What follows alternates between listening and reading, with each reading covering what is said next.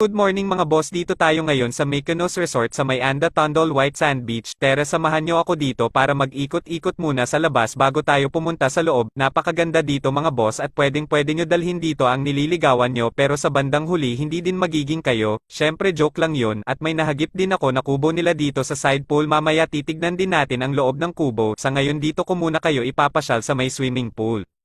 Ayan, kita nyo yang lamesa na yan. Pwedeng-pwede kayo tumambay muna at magmuni-muni muna dyan habang may malamig na malamig kang tinatagay, pero dapat hindi siya manlamig sa'yo. Parang gusto ko na maghubad at mag-dive na agad sa pool. Excited ang pighahaha. Ang ganda talaga dito sa Mykonos Resort. Ayon, titignan na natin ang mga rooms nila. Unahin muna natin itong room 1. Pagkabukas pa lang ng pinto maamoy mo na napakabango sa loob ng room nila at napakalinis sa loob, maayos tignan.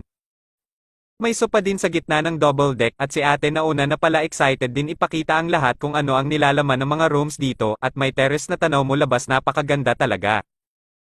May mini ref din kayo na magagamit kung may gusto kayong ipalamig. Wag lang ang relasyon nyo, at ang comfort room napakalinis. Napakabango, pwedeng-pwede ka comfort di tulad ng isa dyan. May hot and cold din, mamili ka kung ano gusto mo. Ako o siya, yung hot parang ako lang yun, yung cold siya yun.